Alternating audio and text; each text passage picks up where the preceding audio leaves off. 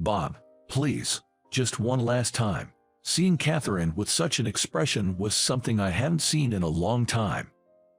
Even though we had decided to part ways, when she looked at me with those tearful eyes, pleading with an upward glance, I just couldn't say no. All right, I understand. And so, side by side, we headed towards the bustling nightlife of downtown New York. My name is Bob. I'm a 26-year-old office worker. After graduating from grad school, I joined the advertising firm where I currently work. Work is pretty hectic, but that just means the company is doing well. I landed the job I always wanted and am living a fun and fulfilling life. It's my second year here, and I already have juniors, so I need to step up my game. Bob, I want to leave on time today, so can you handle this paperwork for me, please? Katie, a new recruit, said, clasping her hands together. Katie is a petite, adorable lady, so many of the male employees in our department were quite fond of her. She was well aware of this and often took advantage of it by being extra sweet. But I always looked at her with a somewhat cold gaze. Yes, that's fine. Just leave it there. Yay, thanks, Bob. Don't worry about it, I replied nonchalantly when my boss, Catherine, appeared. Oh, Katie, pawning off your work on others again. No way, I didn't do that. Katie, it might be okay now, but you're missing opportunities to grow. You can't always act like the newbie. All right, all right. Katie responded in a slightly annoyed tone to Catherine's words. Then Catherine turned to me. Bob, here's the new material. Thank you. You have a meeting later, right, Catherine? Why don't we go over the materials tonight? It'd mean working late. Is that okay with you? Absolutely. Catherine and I are on the same project team, and we often review materials together like this. Working late with Catherine was always a secret joy for me. As I was daydreaming about our evening plans, my colleague, James, called out to me. James is my peer, and he's the one I trust the most at the company. Bob, you seem pretty happy today. Yeah, I have a meeting tonight with Catherine to review some materials. Catherine, she's calm, competent, and has that mature woman vibe. She's really something. It's exactly as James said. Catherine is 4 years older than me at 30, and she's a distinguished career woman. She might not be a classic beauty, but she sure does look elegant in a suit, and those glasses give her an intellectual charm. Good luck with the meeting. I'm rooting for you two to get closer. Thanks. And so, when night fell, I reviewed the materials with Catherine. The materials she had prepared were well written and easy to understand. With this, our project should progress smoothly. Before I knew it, it was already 10 p.m. Dash, look at the time. How about we grab dinner together? Really, are you sure? I was over the moon with her invitation. So, we went and had dinner together. Having a meal with Catherine felt exceptionally delicious, making me forget all about the fatigue from overtime. It seemed Catherine enjoyed the meal with me too, as she then suggested, want to go for a drink? Of course, I wasn't going to decline. The bar Catherine took me to had a relaxed ambience with soft jazz playing, and we chatted about various things. I hadn't had this much fun in a long time. Even after parting ways with Catherine, I was elated for quite some time. It made me realize how much I truly liked her. After that night, we often went out for meals or drinks together. I hoped to move past the barriers of being boss and subordinate, but taking that next step proved to be difficult. However, a sudden turn of events happened one day. Our project team had a celebration at a local pub. The celebration for our hard work project was livelier than expected, and Catherine was no exception. At the after party, she got quite drunk, her face turning bright red, and she became tipsy. I couldn't let her go home by herself in that state. Considering my apartment was close by, I took her home. Of course, I simply took care of her and nothing else happened. The next morning, Catherine was in a panic. Wait, why am I in Bob's apartment? Don't worry, nothing happened between us. Would you like some coffee? You're genuinely kind, Bob. Not to everyone. It's because it's you, Catherine. Bob. From that day, our relationship deepened, and we soon began dating. Since we already knew each other well through work, our relationship progressed smoothly, and we decided to get married a year later. Bob, congratulations on your marriage. Wish you both happiness. My close friend, James, and everyone at work were delighted for us. I always thought Catherine and I would sail smoothly in our marital journey. But, a while after the wedding, Catherine suddenly became distant. Catherine, how about we go out for dinner tonight? I think I'll pass. Usually, she would have instantly said yes with a smile. While I was taken aback from her response, Katie approached me. Bob, I have some more question about this paperwork. Katie, as always, tended to rely on others for her work. Whenever she had a task, she had this habit of involving someone else. However, she isn't unintelligent. Lately, I've been thinking that with proper encouragement, she might show growth. Well, since Catherine declined my dinner invitation, maybe I should help Katie out tonight. All right, let's do this together. Yay. Katie and I worked late for about an hour, and I got home to my apartment by 9 p.m. But Catherine wasn't home yet. She wasn't at work, so where could she have gone? I prepared dinner and waited. Around 10 p.m., she finally came home. Welcome home, dinner's ready. I'm not hungry.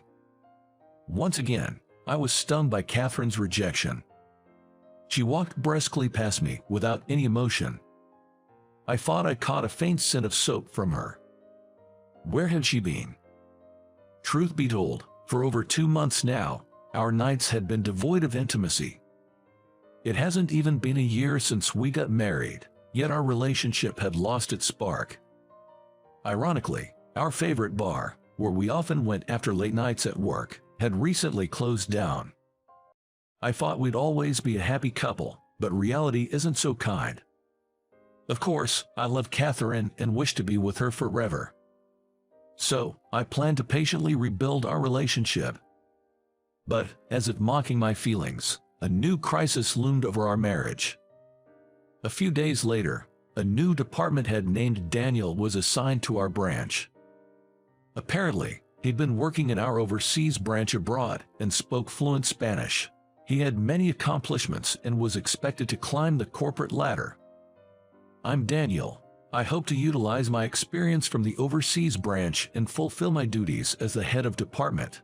Daniel said that and bowed his head. Tall, handsome, and dressed sharply, Daniel had a refreshing aura of competence about him. But later, I'd come to know his true colors. You're Bob, right? You married Catherine. Even though I felt it was rude for him to use my wife's name so casually, I couldn't retort as he was my superior. I just responded, yes. Daniel then said, with a hint of mockery, just so you know, she's quite the player. Actually, she and I dated briefly in the past, and it was quite a drama. Just be careful so she doesn't cheat on you. I was deeply shocked by Daniel's words, standing frozen for a moment. It was already shocking to hear Catherine labeled as a player, but to discover she had once dated him. Already lacking self-confidence, the words from Daniel, combined with Catherine's cold attitude, deeply wounded me. After that, I began to view Catherine with suspicion. She continued avoiding me. But I frequently saw her talking to my co-worker, James, at the office. James, can I talk to you for a moment? Sure thing. Though they claimed it was about a project, Catherine and James seemed unusually close.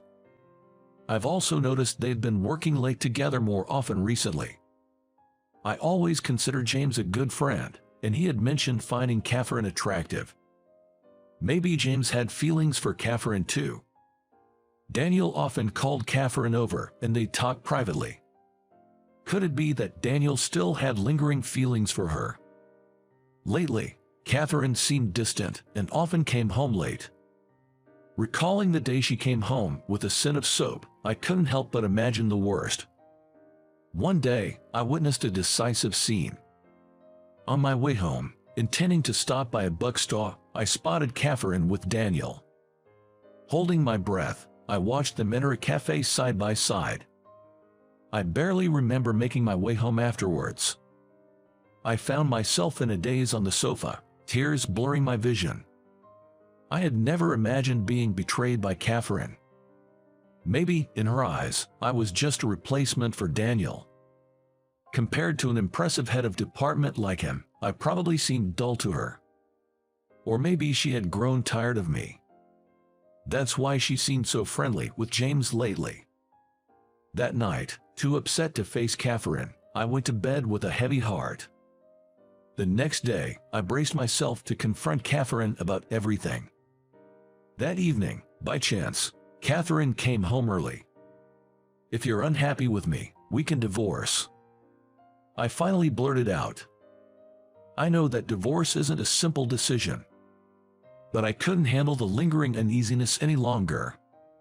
She looked shocked. Perhaps she hadn't thought I'd discovered her affair. "What's this all about, Bob? I saw you with Daniel yesterday. Considering how late you've been coming home, it all made sense. Maybe it's time we part ways." When I said that, Catherine remained silent for a while. She seemed to be thinking of a way out of the situation. After a long silence, she then said, "You're right, I've been strange lately. Hey, do you want to do it just one more time, like we used to, okay?" What? I never dreamed that Catherine would invite me out at the very end. Even though she had been avoiding me for so long, the timing now seemed too convenient. Still, Catherine pleaded passionately. "Bob, please, just one last time." It had been a while since I'd seen Catherine look this way. Even though we had decided to part ways, when she begged me with teary eyes and an upward glance, I found it almost impossible to refuse. "Okay, I understand." We headed downtown the next night. Silently following Catherine, we arrived at the bar that I thought had closed down. As I stood there in shock, Catherine opened the door, and a male bartender greeted us. "Good to see you both. I opened the bar especially for your anniversary." Hearing the bartender's words, I was taken aback.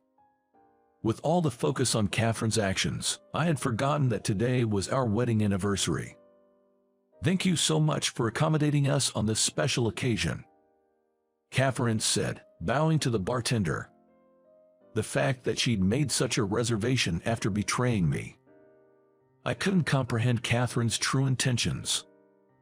As we sat at the bar counter, we were served special cocktails for our anniversary. As we toasted, Catherine began. "I'm sorry for avoiding you lately.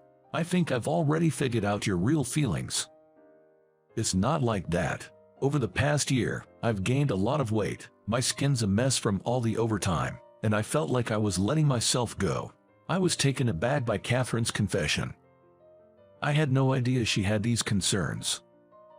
Catherine, with tears in her eyes, continued. "I'm older than you, and I never felt good about my appearance. There are younger and cuter girls like Katie at the office, and I felt so insecure. That's why I started dieting and secretly going to the gym, but I wasn't seeing results, and I sometimes took it out on you. I've been awful, hadn't I?" I never would have imagined Catherine felt that way. In my mind, I was just being kind to Katie, but it seemed that Catherine was insecure about it. It became clear that Catherine's soap-like scent was from her gym visits. However, something still didn't sit right with me. Her closeness with James and Daniel. "But you were often with Daniel, and you were quite close with James too, weren't you?" "Well, about that." Just as Catherine was about to explain, my phone rang. It was James. "Bob, I got word from Catherine. Let me explain my side too. I have a big favor, and it's absolutely confidential, but I've been secretly assigned as an internal auditor in our department." According to James, he was secretly appointed to observe the interpersonal dynamics of our department. It seemed to be a response to increasing cases of harassment and a rising number of employees quitting. He had been tasked with listening to employees' concerns and reporting them up the chain. Ever since Daniel returned, he's been persistently bothering me. James happened to see him making moves on me at the office. That guy betrayed and cheated on me in the past, and now he's trying to control me. He's lost his marbles. While Daniel had portrayed Catherine as unfaithful, it turned out he was the real philanderer. Thanks to James's advice, I warned Daniel in a cafe that if he didn't stop pestering me, I'd go to the police. Fearing legal trouble, he backed off. I didn't involve the police this time, but I reported everything about him to our superiors, so I believe his reputation has plummeted. Is that so? With everything revealed, I was dumbstruck. I had thought Catherine had betrayed me, but that wasn't the case. I know we've had our misunderstandings, and I regret leading us to this point, but I truly love you, Bob. I should have explained everything to you properly earlier. I'm really sorry. Saying this, Catherine looked me straight in the eyes with an apologetic gaze. All this time, I had believed she despised me, but that was my misunderstanding. I was embarrassed for doubting her. I still love Catherine and never want to let her go. Thanks for being honest with me. I'm sorry for not trusting you. Can we start over? Yes, Bob. I love every part of you, and I can't imagine being with anyone else. And so, we raised our glasses, celebrating our anniversary. We couldn't thank the bartender enough for opening the bar, supposedly closed, just for our celebration. We partied late into the night, just like old times. This day marked a renewed mutual understanding between us. We might face misunderstandings in the future, but if we face each other sincerely, we can always start over. From now on, I hope we can sit down like this, share a drink, and speak our truths. Time and time again. Later on, Daniel didn't learn his lesson and started bothering Katie. It turns out that Katie tried to manipulate the hem, which resulted in her being stalked. In the end, Katie reported this to the upper management, and Daniel was relocated to a regional office. I never expected such a thing to happen to me. From now on, I'll stand on my own 2 feet professionally. Katie declared her determination to reform, which is truly a win-win situation for everyone.